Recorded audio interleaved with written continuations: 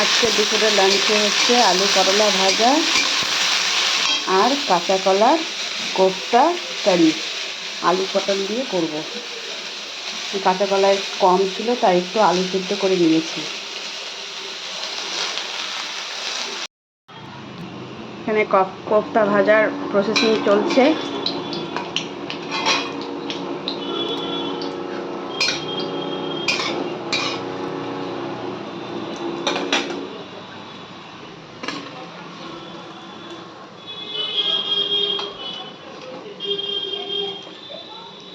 ভেজে ভেজে সব এখানে রাখছি।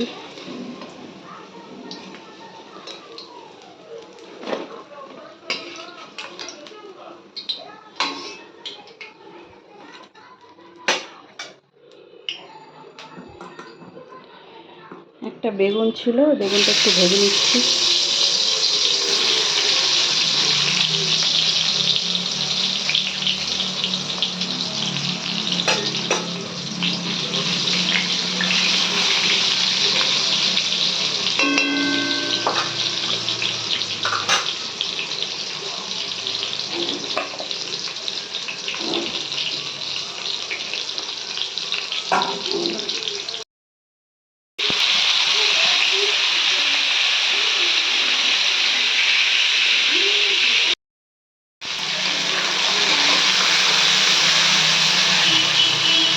আলু আর পটল ভাজা হয়ে গেছে। এখন এতে দিব মশলা। এখানে মশলা বাটা হয়ে গেছে। এখানে আছে পেঁয়াজ, আদা, রসুন, লঙ্কা, জিরে বাটা, ধনে বাটা সব একসাথে আছে। সব একসাথে এখানে দিয়ে দিলাম।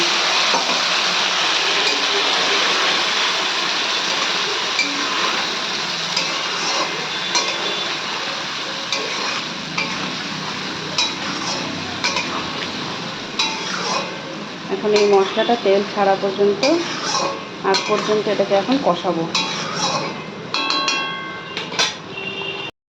মশলাটা সুন্দর করে কষানো হয়ে গেছে। কি সুন্দর তেল ছেড়েছে, কি সুন্দর তেল ছেড়ে দিয়েছে সাইড দিয়ে।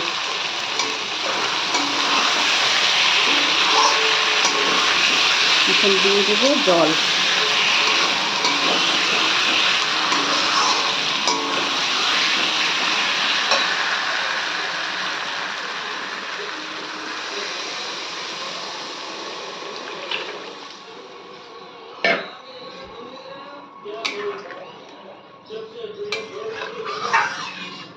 একটু জল বেশি দিলাম, কারণ বড়াগুলো ঝোলটা টেনে নিবে, তার জন্য জলটা একটু বেশি দিলাম।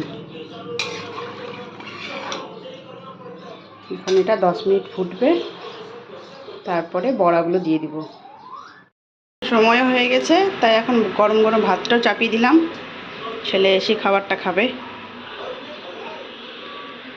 এদিকে ঝোলটা টকবক করে ফুটছে। ঝোলটা সুন্দর ফুটে গেছে। এখন এর মধ্যে বড়াগুলো দিয়ে দেবো।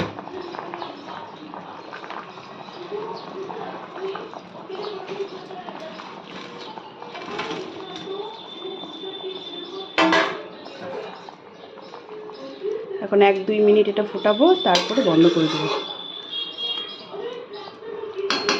বেশি ফুটালে সব বড়াগুলো ঝোলটা টেনে নিবে।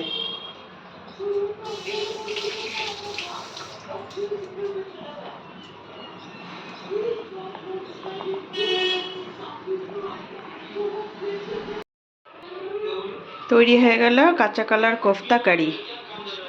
ফিনিশিংটা দেখো সবাই, রঙটা কি সুন্দর এসেছে। তার সাথে আলু করলা ভাজা আর বেগুন ভাজা।